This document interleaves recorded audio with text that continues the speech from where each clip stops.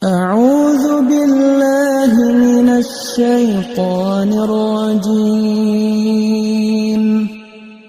Assalamualaikum warahmatullahi wabarakatuh. Alhamdulillah wa kafa. Thumma salatu wassalamu ala rasulihil mustafa wa ala alihi wa ashabihi ahli sidqi wal wafa wa ba'd. Ikhwatal Islam, a'azzakumullah jami'an. Banyak sekali amalan-amalan saleh yang harus kita perbanyak dan sahabat dunia ini. Pada kesempatan kali ini kita sebutkan 4 saja. Di antaranya yang pertama ialah memperbanyak membaca Al-Quran. Memperbanyak membaca Al-Quran pada bulan Sya'ban menjadikan kita menjadi orang-orang yang terbiasa dalam memperbanyak bacaan di bulan Ramadan nantinya. Karena Ramadan ialah bulan Al-Quran. Sehingga Allah sebutkan syahr Ramadan alladzi unzila fihi Al-Quran. Sehingga untuk melatih diri kita, sehingga kita mampu menjadi seperti para sahabat yang banyak sekali menghatamkan Al-Quran di bulan Ramadan, maka kita perlu memperbanyak membaca Al-Quran ketika bulan Sya'ban yang mulia ini, sehingga kita mampu lebih maksimal nantinya di bulan Ramadan. Al-Imam Ibnu Rajab Al-Hambali rahimahullah ta'ala, beliau menyebutkan dalam kitab beliau Lataiful Ma'arif, bahwasanya Salamah bin Kuhail rahimahullah ta'ala, beliau mengatakan kana yuqalu li syahri Sya'ban syahrul qura. Beliau mengatakan bahwasanya syahrul Sya'ban, bulan Sya'ban ini dikatakan sebagai bulannya para pembaca Al-Quran. Dan begitu pula diriwayatkan dari Amr bin Qais, dikatakan bahwasanya beliau ketika datang bulan Sya'ban, beliau menutup toko beliau, lantas beliau mengosongkan diri dengan Al-Quran. Ikhwatul Islam, a'azakumullah jami'an. Amalan yang kedua ialah memperbanyak puasa di bulan Sya'ban yang mulia ini.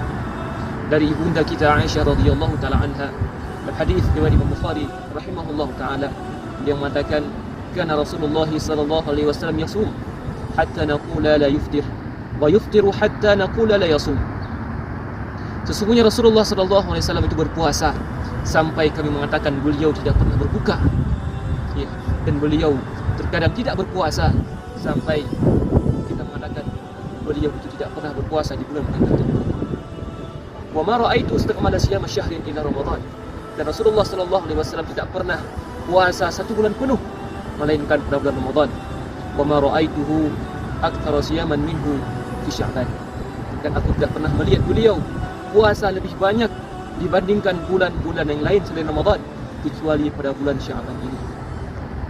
Dan ibunda kita pula Ummu Salamah radhiyallahu taala anha, dia mengatakan ma ra'aitun nabiyya sallallahu alaihi wasallam yasumu syahraini mutatabi'aini illa Sya'ban wa Ramadan.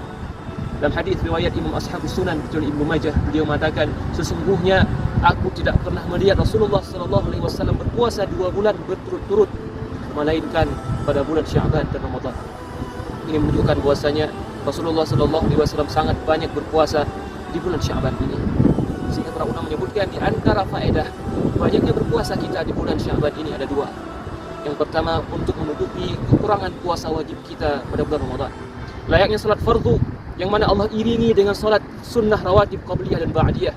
Jika mungkin ada kekurangan dalam salat wajib kita, dapat ditutupi dengan salat sunnah yang kita lakukan sebelumnya maupun sesudahnya. Begitu pula dengan puasa Ramadan.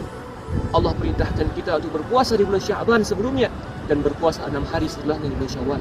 Jika mungkin ada kekurangan puasa kita di bulan Ramadan, maka Allah tutupi dengan puasa sunnah kita yang kita lakukan sebelumnya maupun setelahnya. Kemudian di antara faedah yang kedua ialah untuk melatih diri seorang hamba. Karena seorang hamba yang tidak melatih dirinya sebelum masuk Ramadan, maka dia akan menjadi orang-orang yang kesusahan nantinya saat berpuasa di bulan Ramadan. Ikhwatal Islam, azakumullah jami'an. Amalan yang ketiga yang layaknya harusnya kita perbanyak di bulan Sya'ban ini ialah dengan memperbanyak amalan-amalan sunnah. Memang amalan-amalan sunnah disunnahkan di semua waktu dan zaman, di setiap bulan.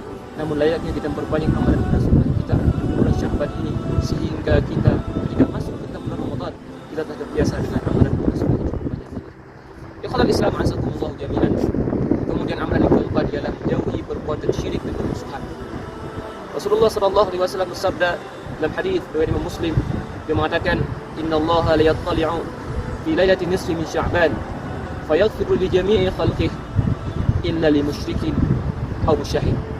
Sesungguhnya Allah Subhanahu wa taala akan melihat hambanya di malam nisfu Sya'ban, di malam pertengahan bulan Sya'ban, maka Allah akan mengampuni seluruh hambanya illa lil musyrikin abu syahid, kecuali orang-orang yang berbuat syirik dan orang-orang yang ada permusuhan antara dirinya dan saudaranya.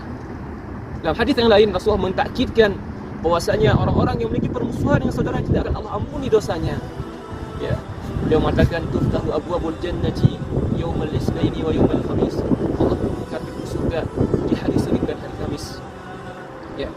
Maka Allah perintahkan untuk mengampuni setiap hambanya, la yusyriku billahi syai', tidak pernah berbuat syirik kepada Allah Subhanahu wa taala, illa rajulan kanat bainahu wa baina akhi syahna, kecuali pada seorang laki-laki yang ada sedikit permusuhan, ada permasalahan antara dirinya dengan saudaranya, sehingga Allah mengatakan anziru hadaini hatta yastaliha, anziru hazaini hatta yastaliha, anziru hadaini hatta yastaliha.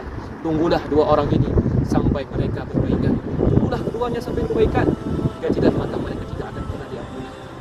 Ikhwatal Islam azakumullah jami'an, semoga kita menjadi orang-orang yang mampu memaksimalkan ibadah kita di bulan Sya'ban ini, sehingga ketika Ramadan mendatangi kita menjadi orang-orang yang telah siap dengan setiap amalan di dalamnya, sehingga kita menjadi orang-orang mendapatkan keberuntungan di dalam bulan Ramadan. Hada wa sallallahu alaihi wa sallam Muhammadin wa ala alihi wa sahbihi ajma'in. Assalamualaikum warahmatullahi wabarakatuh.